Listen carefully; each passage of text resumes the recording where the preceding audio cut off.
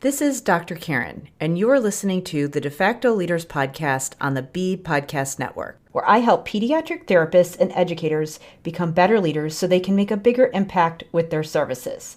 With over 15 years of experience supporting school-age kids with diverse learning needs, I'll share up-to-date evidence-based practices, my own experiences, and guest interviews designed to help clinicians, teachers, and aspiring school leaders feel more confident in the way they serve their students and clients. I'll cover a range of topics designed to help you support students' emotional and academic growth and set kids up for success in adulthood, including how to support language, literacy, executive functioning, as well as how to help IEP teams working together to support kids across the day. Whether you want to learn more effective strategies for your therapy sessions or classroom, be a more influential leader on your team, or find creative ways to use your skills to advance in your career, I've got you covered.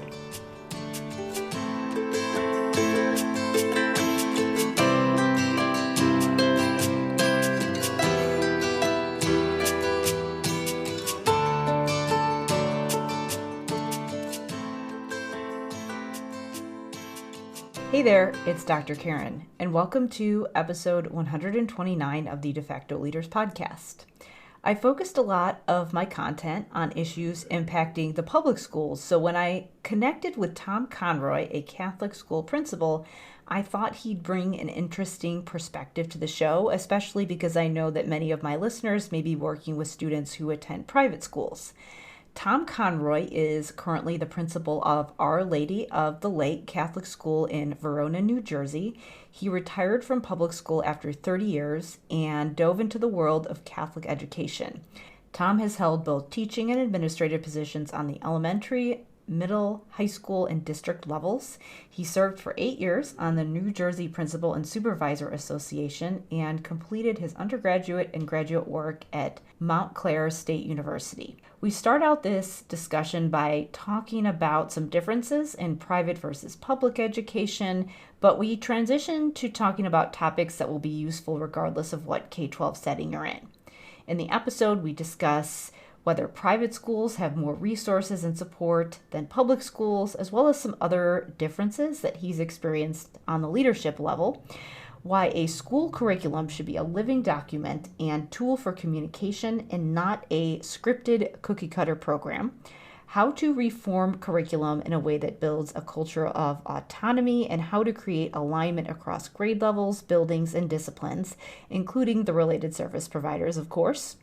We also discuss the inner workings of successful professional learning communities and why they can eliminate unproductive staff meetings and increase student performance. And we wrap up by talking about how to maintain a high level of rigor in standards and assessment protocols without teaching to the test or overemphasizing standardized tools. Before we get started, I wanted to talk about a tool that I've created to help people who are working in the school systems and want to support executive functioning. So executive functioning support in the schools often consists of things like checklists, timers, and sticker charts, and other types of visuals. But the problem with those is that if students don't know how to do the internal planning that's required in order to figure out what to put on a checklist, or to know when to check a timer, or to know how to evaluate the steps along the way and estimate how long that they'll take, a checklist isn't really that helpful. So it's not that tools like this are bad, it's just that they're incomplete. And if this is the main strategy that you're using to support students' executive functioning, you're probably noticing that they're still struggling. Maybe they're still anxious about difficult tasks, and they avoid things that they don't want to do or struggle to complete their academic work or really anything that doesn't give immediate gratification. Maybe these students are complaining that they're bored and they don't persist through some of those tasks that require multiple steps or that are repetitive. And these also might be the students that lose track of their things and miss assignments and miss deadlines. And many times these students are also the ones that are having other behavioral issues, so different emotional outbursts, having a hard time self-regulating, those kinds of things. Many of these things can be tied back to executive functioning, and that's why if you are using a checklist with a student and you're just filling it out for them and just giving it to them, you're not really teaching executive functioning. You're essentially doing the executive functioning for students and not giving them the opportunity to practice those skills. So when we use tools like checklists or other cognitive strategies, we need to make sure that we're actually teaching the skills to engage in that internal planning that they need in order to complete those daily tasks that require multiple steps, whether it's a writing assignment or whether it's packing their bag in the morning. So to check out the time tracking journal, you're going to want to go to drkarendudek-brannan.com/time journal. Now, please enjoy this interview with Tom Conroy.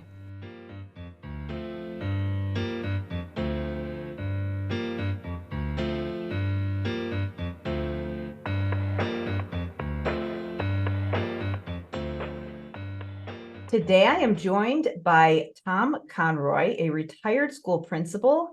And I know that you're currently a principal now. So welcome to the show. And I guess we can start off by having you tell us a little bit about yourself. Thank you, Karen, so much.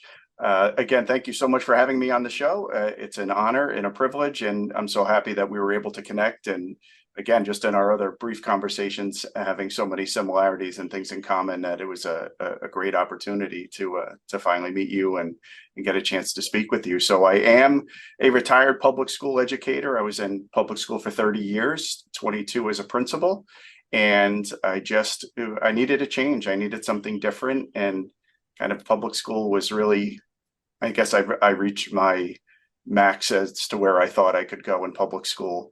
And I thought that a good transition and a good change would be to try private education. So as of last year, almost one full year ago, I became the principal of Our Lady of the Lake Catholic School in Verona, New Jersey. So it's been a great year, a good learning experience, which I know we're going to talk about today, and something that I hope that your listeners can get some information from. Yeah, well, and I know we had talked before. I actually did go to Catholic school until 8th grade, and then I switched over to public school. And it's just kind of interesting because I know that a lot of people who are probably listening, some of them are in the public school, some of them might be in private practice or outpatient settings. So maybe seeing some clients who go to public schools, or there are people who, if they are providing special ed services, might have some kind of relationship with the private schools where they're providing services. And so it can be really, it can really vary, I know. So I guess what I would start off by asking you is, what things do people not realize as far as the way that things work in public versus private? And what can you share about that? Yeah, wow. That's a really open-ended question, because there are so many differences. I like to think that after being in public school for so long, that I knew everything that was coming up. I knew everything that had to be done. I knew when reports needed to be filed. I knew when the state reports were coming. It becomes second nature to you. Making this transition to private school, I felt completely lost, open and honest. It was a huge learning curve for me, everything from day one. It's completely different. I think one of the things that people may have a misconception about is that there is more funding for private school because you have people that are paying tuition to come in, and you have the best of the best, and it's actually the exact opposite, at least for a Catholic school. The funding that we get from the Archdiocese is funding that is necessary funding to keep the school open. But besides that, all of the teachers are paid through tuition. So the less tuition that you get, the less amount of students that you have, the more difficult it is to actually provide teachers with a raise that's really, I want to say, cost of living. Because sometimes in my research over the last several years is that some of the teachers, either they got zero raise or they didn't even come close to getting a cost of living raise. And the amount of money that they spend out of pocket. And I know for a Catholic school, people will say, well, it's a calling, or, it's part of your faith. And while it is also, necessary to have the listeners understand that, whether you are a brand new teacher or a veteran teacher, the salaries are significantly less than public school. And even, I can only talk about the situation I came into. Yeah. Some of the classrooms still have chalkboards. They don't even have a whiteboard in it. They don't have any interactive TVs, Promethean boards or anything like that. Technology is very, very low. The teachers are working off of extremely old computers. Because of COVID, they were able to secure a lot of Chromebooks for the kids. We're still not completely one-on-one. That's something that we're working towards. And even the skill sets of the teachers technology-wise is that they haven't really been required to keep up on those technologies. So we're in a process of trying to get them some PD, to try to teach them how to utilize these for the best interest of the kids, because I'm afraid, at least from this school, that moving down the road, that they're not going to be equipped when they get to high school, whether they choose to go to a public high school or stay in private. So there are so many different things. That's really interesting. And that is true in my area as well, with the salary, where the people who are working at the private school, and the one that I am thinking of is a Catholic school as well. I know that there are a number of different private school options that aren't necessarily Catholic or religious, or, there's different options, but that is what I've seen as well. And the other thing that is really interesting, where I think it does depend on the school, but just the idea of, because you're not getting funding from the government, the way that the other schools are, that the standards that you have to align with, the way that you have to follow curriculum, the credentials that are required of the staff are different, where that could mean it's significantly better, or that could mean that it's not as good, significantly worse. So what are some things that happen, and I know that you probably, maybe you network with other people in private schools as well, now that you're in there, that are happening from that standpoint? So I think the thing that Catholic schools thrive on is fundraising. So you have to have a very solid homeschool association, PTO, HSA, whatever you refer to the group as, and they need to raise a significant amount of money, open and honestly. Looking at my situation here, they weren't required to, for whatever reason, by the previous administration. But when you look at the tools that the teachers have to teach with and the materials that the students are using, we're talking about copyright textbooks from 2003, some even older than that. It's to come in from a public school where you literally got whatever you needed, anywhere between, in New Jersey, we were spending between $14,000 and $20,000 a student, depending on the district that you're in, to come and really just try to piecemeal things together. And we have no substitute teachers. So I'm the substitute. So we had a staff member who was ill. Unfortunately, she was very ill the last couple months of school. I ended up teaching 8th grade language arts for 3 months. So it's, you're just on call 24/7. Your background is in speech language pathology. So I see our speech therapist once a week. She comes for one child. And then that gets paid through monies that we get through title funds that we get after meeting with the public schools. So I had the meeting with our public school, our local school district, which is Verona Public Schools in New Jersey. We sat, we looked at, soup to nuts. What is it what are the things that we need? And then what can the school kind of apply for from the state of New Jersey, and then what funds that we would get from them. So it could be anything from mental health for students to professional development for teachers to supplies and materials, which we count on in order to get kind of the things that we need. But number one to make a school run is parents doing fundraising. And, this year it's so hard to, I guess one of the biggest transitions, Karen, is to ask for stuff. Yeah. How do you ask people for money? They're already paying tuition for the kids to come to school. And then you say, okay, well, then I need another $250 for this, another $500 for this.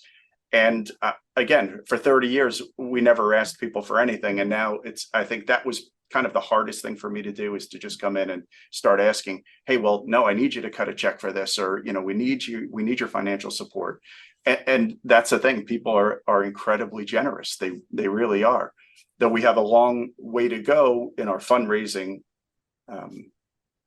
I guess, goals that we have to meet, just the camaraderie and the sense of community is completely different. And the kids know that the teachers and the parents know that everything literally is for the kids. Yeah, that's good, because I know that that's not always the perception with fundraising and with asking for funds when you, when I think that sometimes people just really have to know where the money's going and know that it's going towards what they think it, or what they want it to be going towards. Yeah, absolutely. Like in public school, all the HSAs and the PTOs, they raise these monies, and a lot of times those funds just sit in the PTO fund, and really there really shouldn't be a lot of money, because again, those are parent funds that they're donating into the school. So like you said, where are they going for? So every fundraiser that we have here is tied to something specific. So our last big end of year fundraiser, they called Lake Madness, that was run by our HSA. They were able to raise $30,000, which is huge for our school because they've never done that before. But that money is going to put all brand new Promethean boards in every single classroom that we have here. So in one shot, you look at it, it was a wonderful opportunity for the school, for the HSA to provide that for the kids, and it's immediate gratification to the kids, because as soon as they come in September, they're automatically going to see and use that first day, what their parents helped to provide for the school. Yeah, that's pretty amazing that you can see what it went for, or what it went to, and you can see the impact right away, and that the kids can see it too. Yeah, and we think that that's most important. I had a professor in college a million years ago in graduate school. His name was Dr. Ron Armagall at Montclair State University. And he just said, listen, if you make every decision in the best interest of kids, then you've never made a wrong decision. They may not be the most popular decisions, but if it's 100% about the kids, then you can feel good about that decision. And that's what we try to do. Yeah, absolutely. So I know that you've done a lot of work because you came into a school that needed a lot of work from a curriculum standpoint, from just updates and materials. Yeah. And a lot of the work that, with my special ed background, we're thinking about not just the students who need to be pulled out, for example, the student who's getting speech therapy services at your school, but also what needs to happen in all of the tiers of the curriculum. So it's like, again, not just thinking about those kids who are already qualifying, but what needs to be done across the board. And I know that in some of the communities that I'm in, there's almost this pushback on this idea of things being too standardized, there being a curriculum, people feeling like it's too cookie cutter. But you're probably seeing from your end what happens when you don't have the resources and structure and clear standards and everybody on the same page, because then it's like you can have some problems when that's the case as well. So I know that you've used a particular framework in order to turn things around, and I had some specific questions about that, but can you just tell us just a brief overview of the framework that you use and what the components are before we get into it? Sure. So the framework that I utilized in public school was from the New Jersey Principals and Supervisors Association, and the woman who really is the lead in the creation of this framework, her name is Patricia Wright, and the framework is called the Connected Action Roadmap, or CAR for short. Now, it is really about total school reform. It is not just about academics. It is not. It's about climate and culture. It's about taking whatever the standards are and turning them into student learning objectives. So language that the kids understand, and really language that is something that makes your entire school cohesive, because every single class that they go to, every grade level that they go to, the teachers are speaking the same exact language. They're utilizing all the same terms. The kids become extremely familiar with that. What the biggest part, I think, in public school that we found was the collaboration that it created between the teachers and the professional learning communities that they were able to participate in. Just the amount of work that they were able to do in taking the standards and really creating units of study from the standards and breaking them down into when they should be taught, what part of the year they be taught, in the beginning, in the middle, at the end, or should they be something that should be taught over the course of the year. When we first started to do this work and breaking down the standards, we found out that we were not teaching what we needed to from the beginning of the year. We didn't start it to the middle of the year. So we made those curricular decisions and we made those curricular changes. And what happens in the very beginning is you take the framework and you take a rubric and you go through it as a staff and you look at what are the places that you are excelling in and what are the places that you need some work in. And there's no place that doesn't need any work. So It really just depends on where you are. And then you figure out, and that's where you begin. So it's not, we really stay away from the term system or program, because it's not a system. It's not a program. You don't start. There is no start from step one and then go to step two and go to step three. You tailor it to where your organization is. And we were blessed to be in a 5-year cohort with Pat Wright and Donna McInerney, Vicki Duff, and Inal Carafa from the New Jersey Principals and Supervisors Association, NJPSA. And just the amount of work that we were able to do, and we were able to take just our school, and then we were able to spread it out throughout the district and take all 4 elementary schools, where if you were at an elementary school on the other side of town, your kids were exposed to the exact same content, and the teachers were teaching the same non-negotiables, which they came up with, so that when the kids then eventually all came together into our middle school, they all had a common background, they all had that common knowledge, and they all had that common vocabulary that they were able to then just pick up. And we saw just tremendous growth socially and academically, growth as professionals, with our teachers, for their professional learning communities. Just the climate and the culture of the school completely changed. Climate's easy to change. Throw some donuts and bagels in the faculty room and everybody's feeling good for that morning. But that underlying culture that, this is the way we do things, which is probably the worst phrase that we could do in education. That took a little bit of time to change, but, within 3 years, we were a well-oiled machine, and the teachers really took tremendous ownership of it. And they did, they deserve all the credit. We provided the framework. They were the ones that really did the nitty-gritty and were able to really show significant gains. Again, I'm not a big standardized test guy, but the percentage gains that we had following the same cohort of kids over 3 years was I think between 9 and 12%, which was huge, which we had never seen that type of growth before.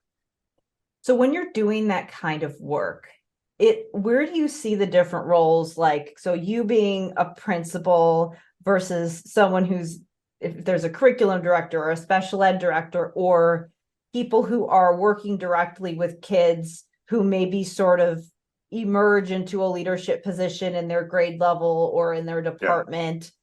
How do you see all those people playing into just this whole process of developing the learning community? Yeah. So again, the teachers are the worker bees, right? We don't take away from their knowledge, their expertise. In fact, we rely on it.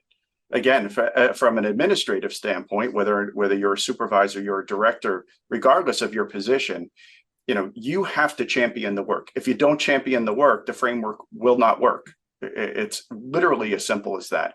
And it can just as easily fall apart as much as you put all that work together. It's nice to know that the place where I did leave, they still are doing that work. So again, they value it because it was their work. Yeah. It wasn't me telling them, okay, you have to do this. It was them making all the decisions on the classroom level to say, okay, this is what we know the kids need to know and be able to do. Now, to try to transfer that into a private school is really difficult, because where I am right now, we're very small. We only have 200 kids. 210 kids. There's only one of each grade level, from pre-K 3 all the way up to 8th grade. So I don't have, teachers here don't have colleagues to share the same work and the same plans, the unit plans and lesson plans that they create, because they're basically on their own. So administratively for me, it's different in this year coming up, because I will have to meet with them one-on-one. I'll create all the frameworks for them that then they will, it's really just a paradigm shift in how you do your lesson planning and how things work out. But eventually everyone was working in my previous district. Everyone was working off of the same document, 4 schools, the same document. So usually 12 teachers per grade. And then on a little side section, they would leave each other notes. Hey, this worked great in my class. No, I had a problem with this. My BSI kids, my special ed kids, and you can tailor the instruction to meet the developmental needs of the kids that are in your room. So when that's interesting how you're saying it's a document, the idea of a curriculum not being just a set of standards, not being a test score, but a living, breathing document that everybody's working off of. Yeah.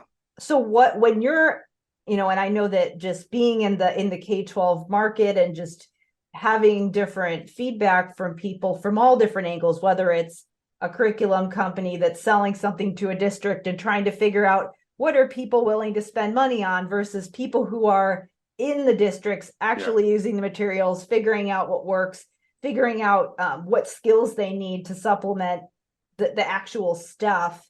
When you put that in place and you made it this collaborative process, it seems like sometimes it's almost like you lead with the curriculum, but then if you give people autonomy in designing it, I'm just curious what that did and how that actually did address some of the things as far as culture. Like, what impact does that have on culture when maybe you lead with one thing, but the way that you do it could lead to another thing? Yeah, I think because, it's your work. It's not my work. It's not here. I did this. Now you have to do that. The only, I guess, non-negotiable we gave them was in each math unit, in each language arts lesson or unit, you have to come up with these non-negotiables that every single teacher promises. It's their promise that they are going to teach. Now, teachers initially thought that it was going to take away, like you said, from their autonomy, from their, but I love doing this or I love doing that. That's great. And the way that you teach is still you. You continue to be the wonderful person that you are and bring all of your skill sets in. We're only saying start with this. Once you've completed those 4 or 5 non-negotiables, then you can go in any direction you want to go into. So it's not that we're trying to handcuff anyone, handicap anyone in any way, shape, or form. It was more of to create a standardized environment for the kids.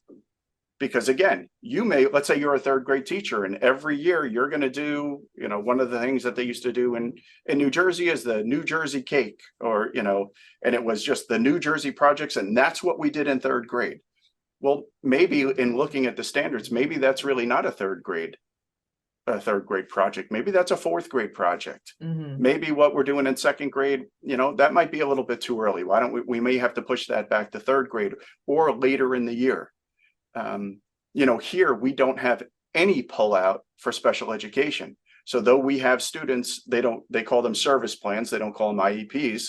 It's students who have service plans. They're not getting pullout instruction. They're getting additional supplement, which we would probably nationally call basic skills. But that doesn't supplement their education. So, you're in a room with 20 other kids and you have someone who got it way before they even got in the room. You have the baseline kids that are going to get it at some point. But if you're one of the kids that has a really difficult time getting it, you're going to struggle a little bit more until, again, as schools, we're able to afford and provide these additional staff members. Yeah. But going back to, the autonomy, I think because they take ownership in the work, it's their work. They have a lot of pride in that, and they carry, and that changed a lot of the culture as well. It's interesting how the way that you do one thing, it changes the way that people feel about it, because culture is so broad. Like you said, it's like, do you bring donuts in the morning and do one of those quick fix things, or what can you do long term in order to change the way that people feel about the work, or change the way that the students feel about coming to school and things like that? Yeah.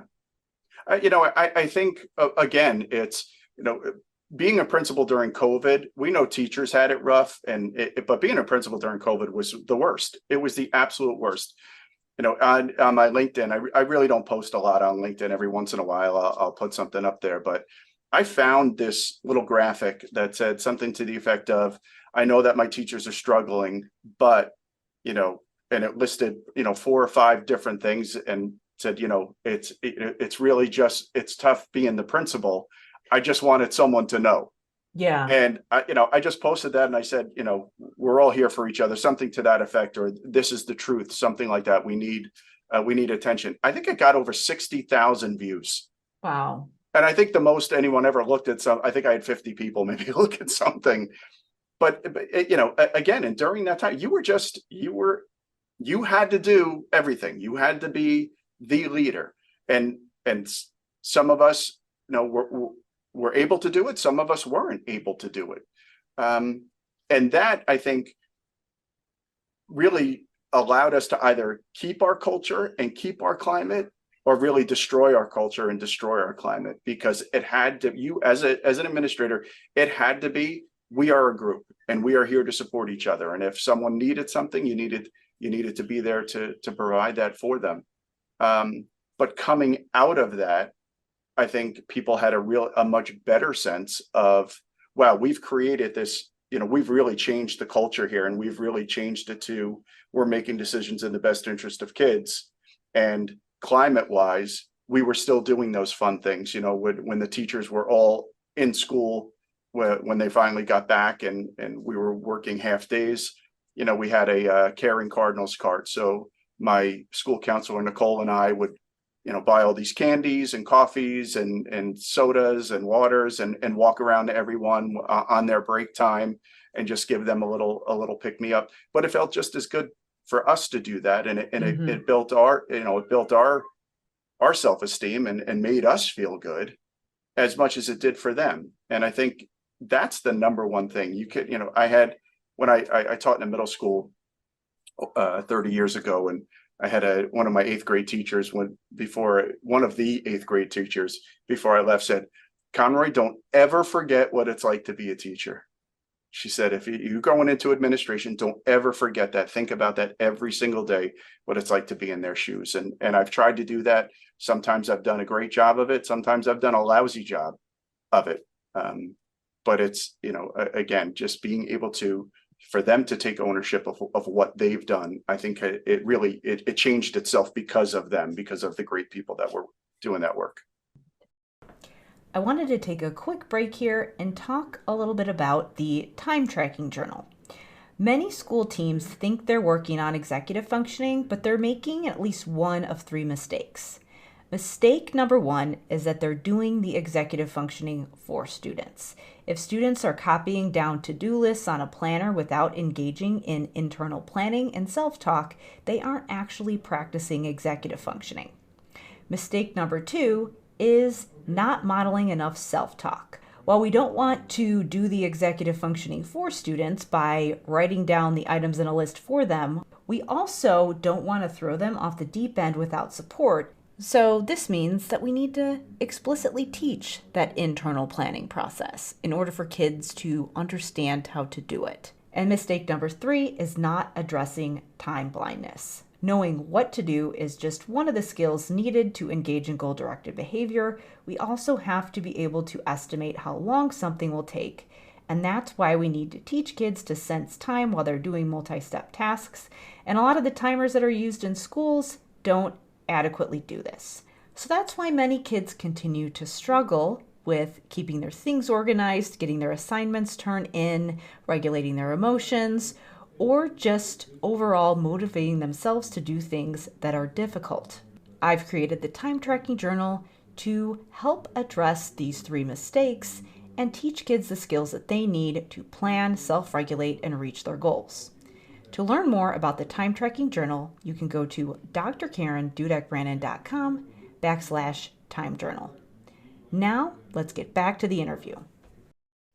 So with the idea of the professional learning community, this really intrigues me because when I was going through my administrative program, that was something that came up because a lot of times once I was out in the field, when you do training, it's, how do we teach you about this new skill that you have to learn? in order to do your job more effectively. And a lot of times it was go to a conference and then there's lecturing and then you don't have access to the people. And sometimes, depending on what it was, sometimes there might have been some kind of a follow-up support or materials that you get, but a lot of times it's go to a training and then come back. And there wasn't as much of this ongoing learning community unless we went above and beyond and created it for ourselves. I know in the speech and language department, we would try to do things and just meet regularly, even if it was just sort of specific cases that we would be consulting on. But I am curious, with when you were trying to create that alignment and use that framework, what it actually looked like from a standpoint of just operating procedures, because a lot of times when I am talking to people on the teams, and I'm not just talking about the teachers, but I'm talking about the related service providers who are trying to figure out what's going on in the classroom and try to make what they're doing relevant, and then communicate back with the teachers and maybe provide some training, and then all work with the other related service providers, like, the speech pathologist trying to work with the social worker and the psychologist. And I know that everybody tends to feel kind of siloed off and doesn't feel like they have those communities and that seamless alignment. So how did, when you were communicating with people across different districts, like one grade level trying to communicate with another grade level across town, like how did that actually look when you were just setting all of that up so that they could communicate with each other? Yeah. So when we first started, we pulled everyone out by grade level. So again, being in a public school, you're lucky. You have, a bunch of people that are willing to come in and substitute for the day. So I would be able, with my, the assistant principal that I had, and we were able to pull, let's say, the entire first grade out, and they would come to my school. We would sit in the media center, and I would provide that training for them just on the framework. The people that were in my school, we went down to the NJPSA headquarters at the time, back in 2015, 2016 is when we started. And they gave us, a professional development, which then in turn, we brought back. So we were not only developing our framework, we were developing teacher leaders before before really teacher leaders were out there and happening. Those teachers would come back, and I would let them run a faculty meeting. For us, we had faculty meetings every Monday was what we had done, but then they would present information. And then as a grade level, you had your own little community, and then the speech language pathologist, the OT, the PT. What they could do is when all of these documents were created, everyone had access to it.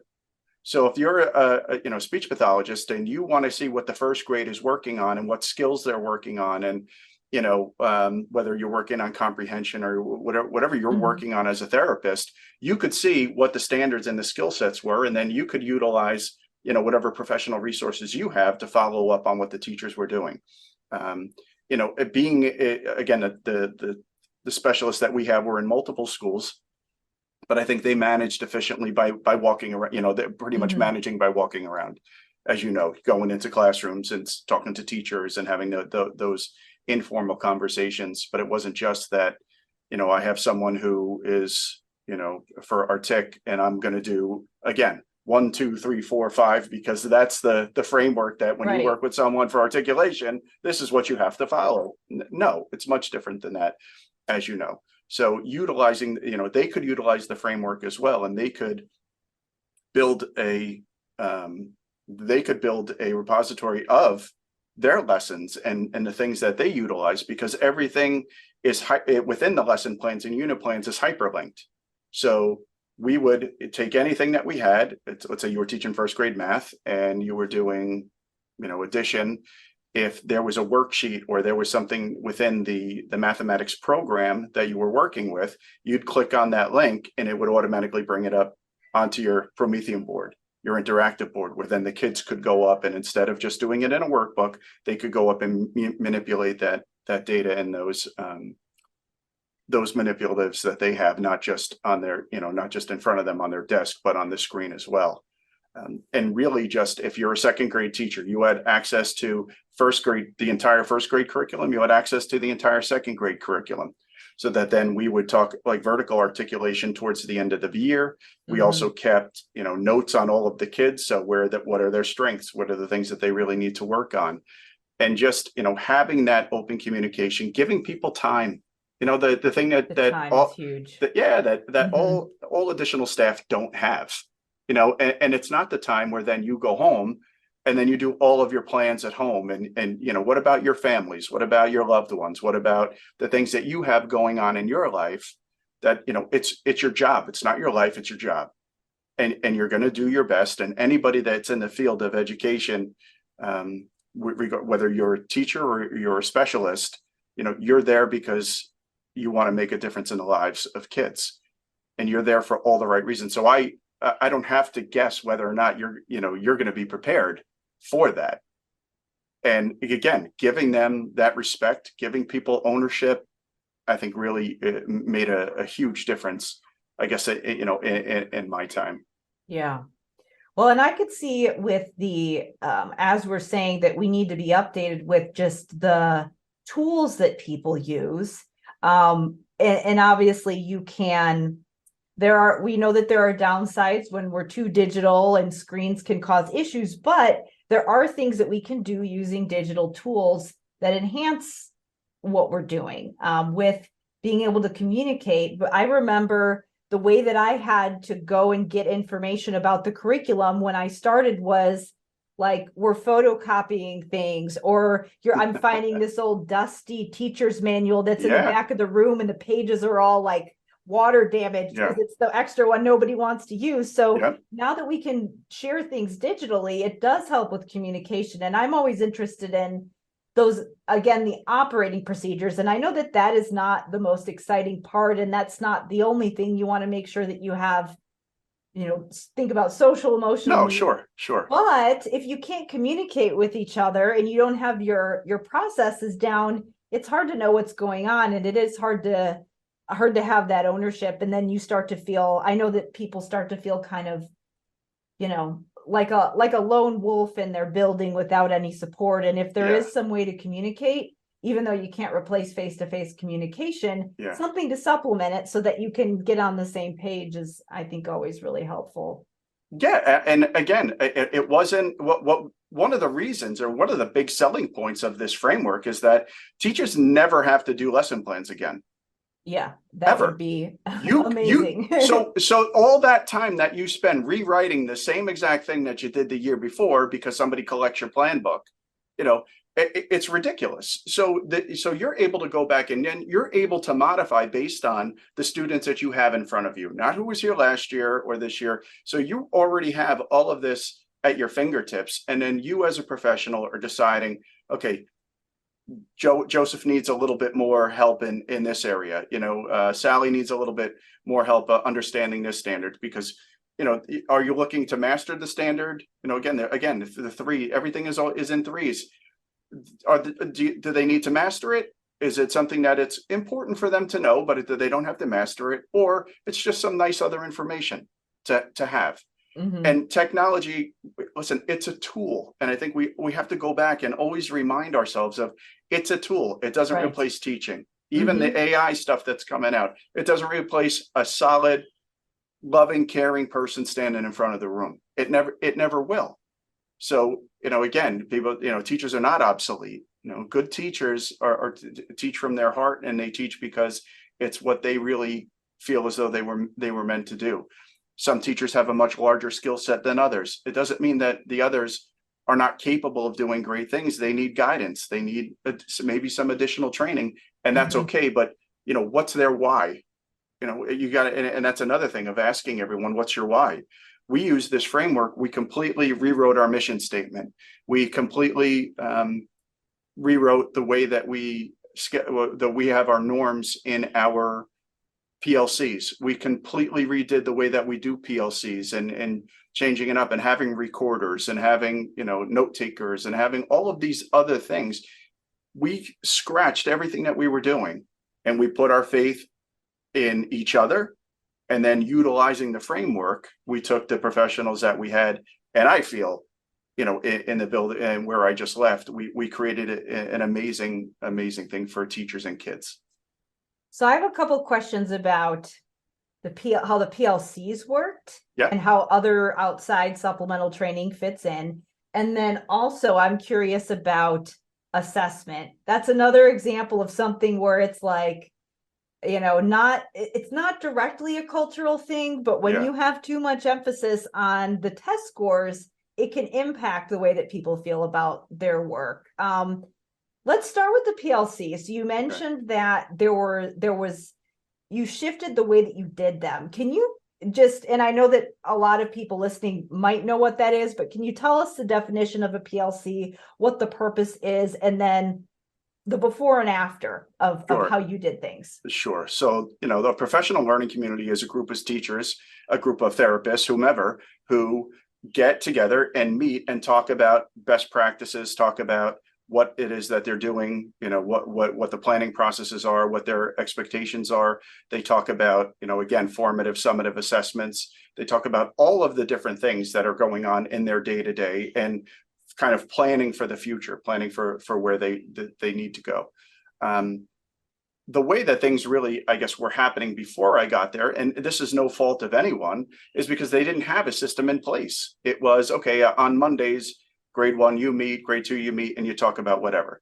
Well, of course, what is it? And again, not a knock on anyone. It's just the truth. What does it become? It becomes a gripe session. Yeah. It becomes, Totally. this kid was driving me crazy today. Oh, I wasn't able to do this. I wasn't able to do that. So when we talk about reformulating the way that our groups work, on Monday, instead of me standing up there, a waste of time reading out bullet points to staff. First of all, they don't want to be there to hear that. Second of all, it's a waste of everyone's time, including mine. So you communicate through we had a Google Classroom for teachers, and that's where all the information, I would send out a weekly calendar. I would give it, that's where all their updates came from.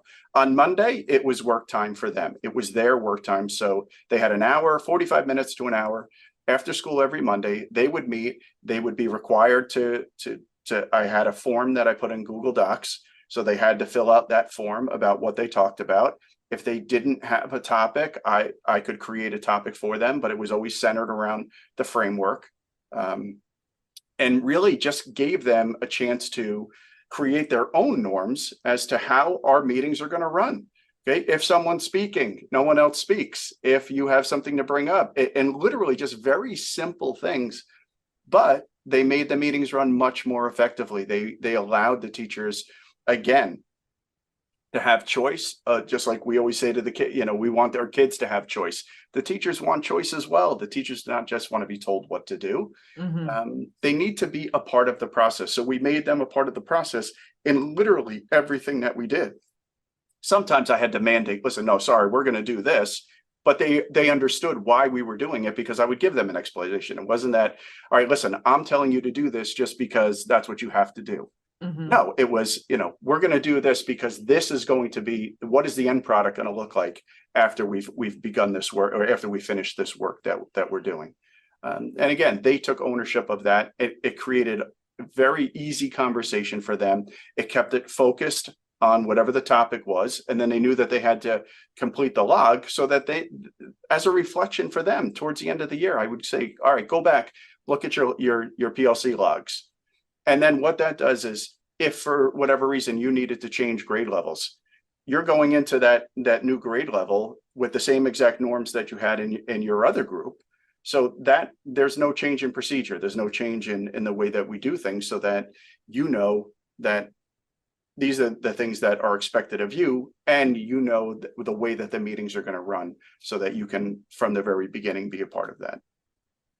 The idea of having an agenda for the meeting, I know it sounds so simple, but I just remember when I would go in informally to talk to a teacher, it would turn into event session. And sometimes it was like, okay, there was our 20 minutes and now it's gone. And we could have gotten down to business. And so that's one of the things that I talked about, my therapists, who are kind of trying to figure out how to be interactive in that process. Just the idea of having an agenda and a framework to work through those meetings, so that you stay on topic. And then within that framework, that's where the creativity can come out. And that is I do like the idea of a framework, because if I, on my end, one of the things that I do in my work in vocabulary, a lot of times people will say to me, well, what vocabulary is appropriate for second grade? And I'm like, a speech pathologist in Central Illinois can't tell you what is going on in a second grade classroom in New Jersey. So what you need is a framework. Yes, I can give you examples of vocabulary, which I do, but you need to have a framework to go into those meetings and those conversations to ask the right questions and get the information you need to make decisions. And so that's why I've kind of shied away of being too into creating Teachers Pay Teachers products, and I share more frameworks for decision making to get into those meetings in the right way. And so I was going to ask something. Okay, so you're talking about the professional learning communities, the idea of here's how you run the meetings, and sometimes bringing in somebody as an expert in their building and helping those people be a leader on their team. So how do you make decisions about when you need to take someone from your building to lead a session or a training versus do we need an outside trainer, and how does that fit in? And like, how do you navigate those kinds of situations? Yeah, you know what? I think we try to take the interest of the teachers and build their leadership and their ability level based on what their interests are. That way, what we're going to do is we're going to minimize the amount of outsourcing that we need to do. It's going to save funding. But what it also is going to do is it's going to give the teacher even more confidence to say, okay, these people believe in me. They believe that I'm able to handle this PD for our, for the district, whatever it may be. And I think that's important. The whole ownership, I'll go back and say this over and over again, the ownership piece. If people feel as though they're valued and they own the work, then they're gonna continue to do that work with a lot of pride, and really a lot of their expertise is going to be focused in that area. I think that having the teachers give those presentations helped us a lot. There wasn't any jealousy. There wasn't any, this one thinks they're really cool now, or that, okay, they're the favorite, whatever it may be, because everybody had an opportunity to do it. So if anybody were to complain, the side conversation is listen, you had an opportunity to do it as well. You chose not to. So because you chose not to doesn't mean that you get, you're allowed to then knock somebody else for doing it, and us supporting that and championing that work. And I think it brought people closer together. I think it allowed for a lot more of the smaller conversations to happen that weren't happening, I think, historically. And again, we tried to bring everyone together once a month, so the entire first grade would meet once a month, even if it was for a half day. So we would get half day subs for the first grade, and then in the afternoon, those substitutes would go to the second grade, and then we would pull all the second grade teachers. So it was, we only needed maybe 3 days a month where we would have that work for the teachers. But again, they were doing all that work anyway. Yeah. Yeah. I mean, I think that it's interesting because the times that when I was working in the schools, the times that an outside trainer worked more effectively was when it was like, here's this outside person, but then here are these representatives or these people that are designated to be help that are in the district to then go train the other people. Yeah. Like that was RTI benchmarking when we had to figure that out. Yes, we had to bring in the Ames Web guy to show us how to use Ames Web, but then we needed people who were in the district to show the teachers and everybody else how to be a support. So and I think that was one of the things that we were trying to get teachers to understand is, listen, just because they're from the outside doesn't mean that they know more than the people that we have in this room. Yeah. And I think that historically, that's the way that teachers and administration may have looked at things, that, oh, we need to bring somebody in from the outside, because if someone from the inside, they're not going to look at it the same. Unfortunately, that still happens a lot. I know that happens a lot. But why not utilize the expertise of the people that are in your district or in your school? Like there's no, like the speech therapist in my school at a faculty meeting, she should be able to have conversations about our tech to the primary grades and comprehension to maybe the upper grades or whatever the case may be. to give those strategies and give that background. Same thing with our special education teachers. Hey, how do I break down this skill for this student to help them out? They're not a classified kid, but they're having a really rough time. Why can't I go to one of my special ed teachers and say, hey, can you help me out with a strategy? And I think that we found that happening more and more. Yeah, especially with the special ed piece, knowing that you can use those strategies in your classroom globally, and it can help all of your students, and it can also help the students who specifically need it, but that it can be something that is just another tool in your toolbox that you can learn, or that you can use for your students, not just the ones that are identified. Yeah, and our OT was running zones of regulation for everyone. So any teacher that wanted to be a part of that training, she was working with them before school, after school, lunchtime, to implement that into their classroom as well. And that was an amazing look at teacher leadership. And she wasn't a designated teacher leader, but she really did some great work with that. Yeah.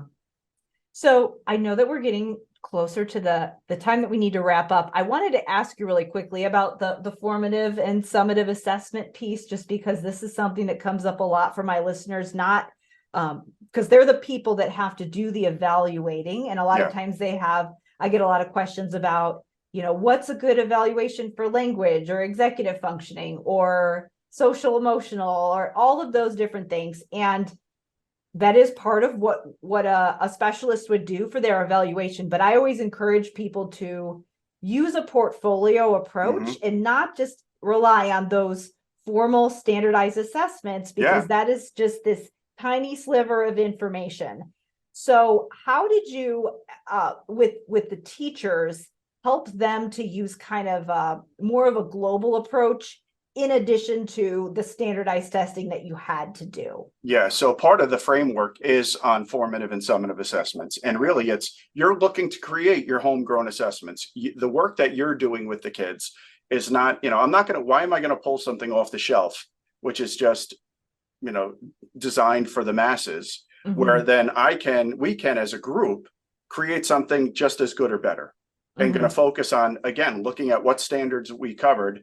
And the way that I approached it last year was I used a lot of Diane Sweeney's student-centered coaching, and a lot of, okay, what are the standards that we're working on? And then how are we going to assess that when we finish this unit? Is it just going to be a unit assessment? Is it going to be a weekly, quick 2-minute assessment that we were going to work on? And then formatively, summatively, it's okay, what are we looking for? Are we looking to create this assessment that goes from what they should have mastered, what's good to know, and what maybe they don't really need to know? No, what's the sense of really getting kids stressed out about not giving you the information that they really need to know and be able to do? Create your summatives, create your assessments based off of what you're looking for them, what performance you're looking from them in the classrooms. So we took, listen, the New Jersey student learning assessment is a standards-based assessment. So we just took the standards that they had in New Jersey, we formulated them into units of study, and we assessed formatively and summatively on those standards. Why create, again, and assess all of these different things that aren't the main pieces of information that not only are we looking for them to know and be able to do, but the state is looking for them to do it as well. So I found out we had more success on tailoring, using the framework to tailor to our needs and the kids in our school than we did looking at, these canned programs of, test prep and things like that. Because if you do standards-based teaching and your report card is a standards-based report card, you're test prepping all year long, which is how it should be, because it should be second nature to the kids. When the kids see a prompt, the prompt on the test that they take, the state test, should be a prompt that they've seen wording wise, of course, not the same one, but the phrasing should be exactly identical to what they're used to working with. So this way, they're so used to it, it's second nature to them by the time they get there. There's not, okay, so in April, we're going to test prep. April's test prep month. Yeah. And here's our test prep unit. That you out of 10 months, you now lost a whole month of instruction for the kids. You build it into your curriculum, you build it into your planning, and then they will absolutely, they don't, after a while, they don't know any better. This is how we write. When you're writing, doing a short response or a long response, our teachers created formulas for the kids. That's how they wrote. They used their own, they used their creativity, but they wrote it in a framework that we wanted them to write it in. Yeah. And it was succinct, but it was thorough, and it made them really, truly, we got to know exactly what we wanted. This is what we wanted. This is the information we wanted from you. And you told us. What's a sense of tricking kids and trying to, confuse them with the phrasing of questions and things like that. That's, again, just one person's opinion. I don't think that that's helpful at all. Yeah.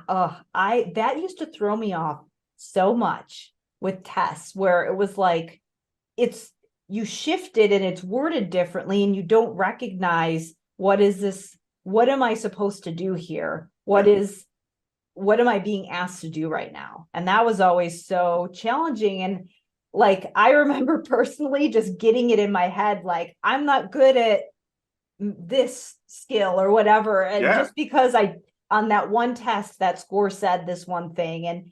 And something that I talk about with the support personnel that are responsible for doing the evaluations, a lot of times it's the same concept of, absolutely, yes, you have your standardized assessment that has been normed through this population, which there are some that are pretty good, but there's a lot of bias in there and issues with sensitivity and specificity of, are they identifying the students that actually are in need of services? Are they helping you to truly diagnose the issue and figure out what you need to work on? The idea of, you can create a framework for doing your intervention that is, like, you're teaching a specific skill, and that could also be your assessment, so that you can assess as you're going. That it's the idea of, in the therapy world, it's called like diagnostic treatment. You are diagnosing, you're assessing while you're teaching, so that it's not,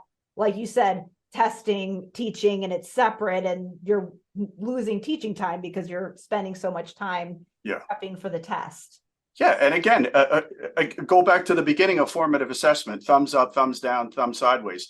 Well, kids are always going to say thumbs up if they don't want to be bothered, right? It takes the relationship with the teacher, where a kid is going to do 10 times more for someone who they feel valued by and understood by than, someone else. If a kid really doesn't understand it and they trust you and they genuinely trust you, they're going to show you a thumbs down. So you're going to be able to do that just in just when you're just scanning the classroom. Mm-hmm. So that just tells you that, okay, I need to work with this person. They also, listen, teachers also know, because they're walking around all the time. They're never just sitting at their desk. They can look at the work that the kids are producing.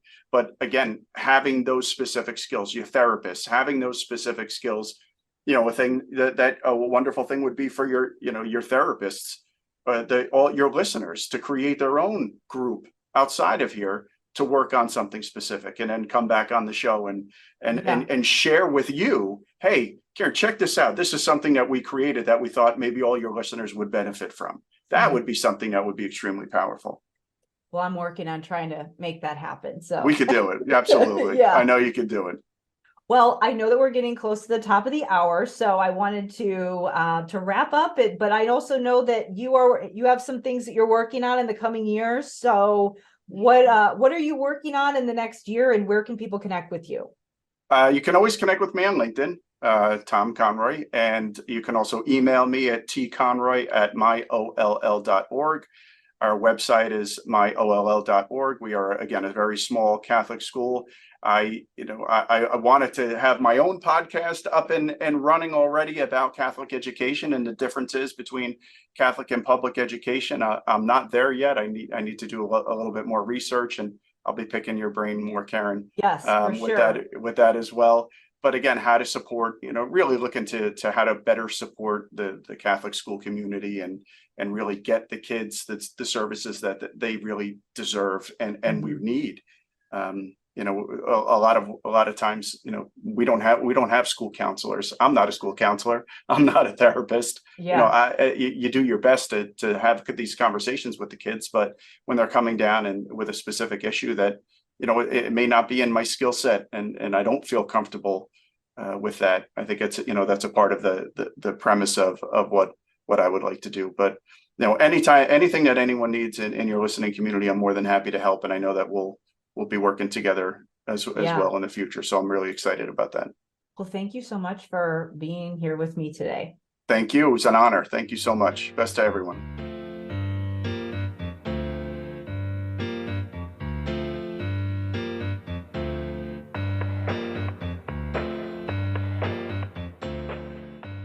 Thank you so much for listening. Be sure to check the show notes for all the places you can go to connect with Tom. Also, remember to check out the Time Tracking Journal if you want a tool that's going to help you build executive functioning skills that kids need in order to plan, self-regulate, and reach their goals. A lot of people in education are teaching kids strategies and giving them tools, but if your students don't know when, how, and why to use a strategy, they won't be motivated to use it no matter how much you reward them. Part of that internal motivation comes from their executive functioning skills, which I help you build in the Time Tracking Journal. To learn more about how you can get access, you're going to want to go to drkarendudek-brannan.com/Time Journal. Before we wrap up, I wanted to remind you that it helps me so much if you leave me a rating and review wherever you listen to your podcasts. And finally, if you are interested in being a guest on the show, or if you have a recommendation for a guest, please reach out to me at talktome@drkarenspeech.com. Thank you so much for listening, and I'll see you next time.